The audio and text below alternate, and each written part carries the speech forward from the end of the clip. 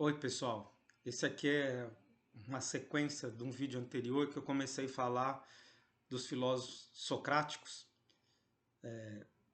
Sócrates e Platão, e por um problema técnico caiu o vídeo. Eu gravei 12 minutos, mas estava e vou deixando lá no meu canal, não é, do YouTube, prof.renato martini, mas só para aproveitar o que já foi dito, e também o texto, o vídeo não fica muito longo.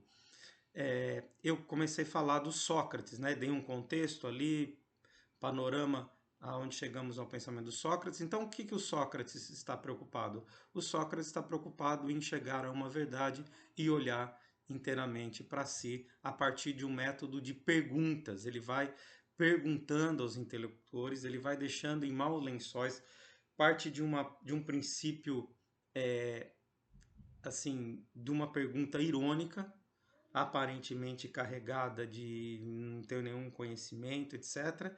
E aí ele vai colocando no interlocutor uma situação de constrangimento até levar o interlocutor a perceber que o que ele está tomando por verdade não é uma verdade.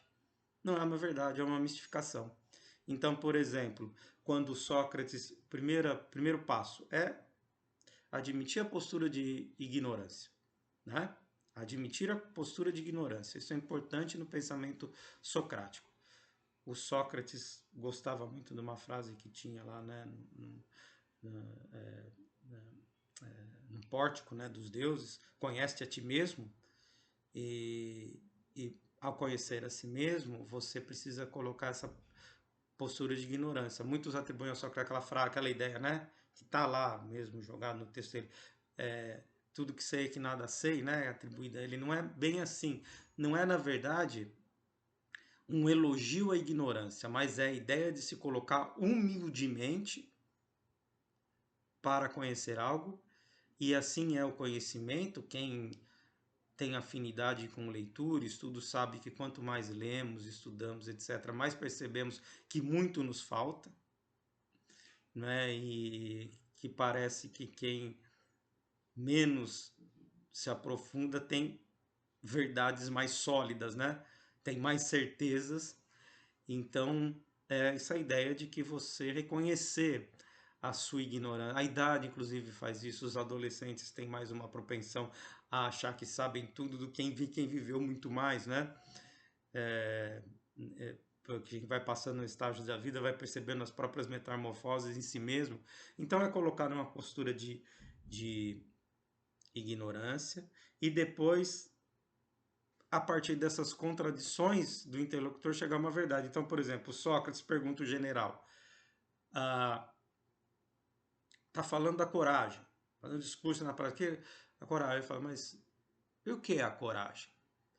E o general responde: é não retroceder nunca.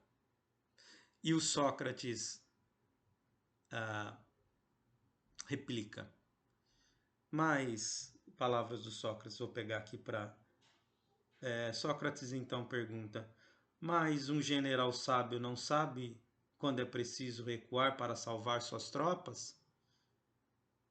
Isso não seria uma forma de coragem?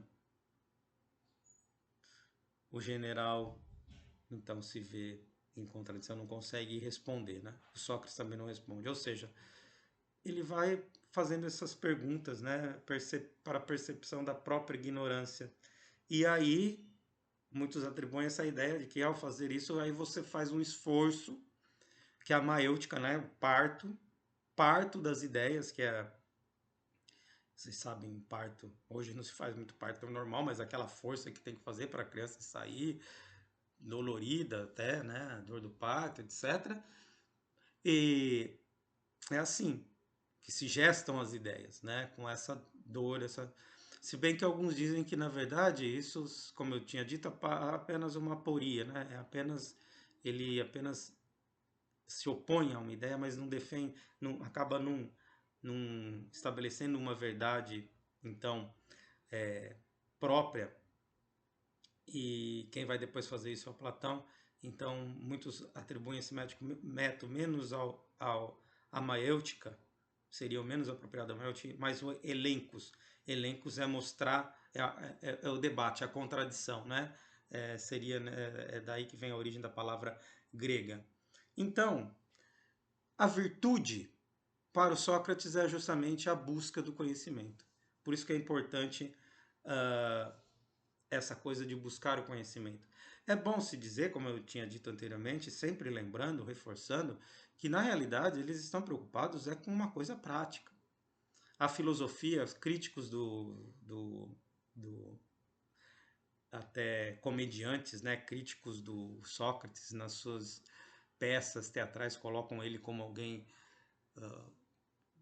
fora da realidade, pensando no mundo apenas, né, mais intelectual, que tropeça nas coisas concretas do dia a dia, né, essa imagem pejorativa do filósofo, mas na verdade tudo isso é para chegar a um conhecimento prático, é para chegar a uma vida mais virtuosa, concretamente, na realidade da vida de cada um, porque isso impacta na cidade, impacta no bom ordenamento, né? E o Sócrates viveu de fato a filosofia, a sua concretude. Como assim? Era um cara ferrado economicamente. Inclusive, um,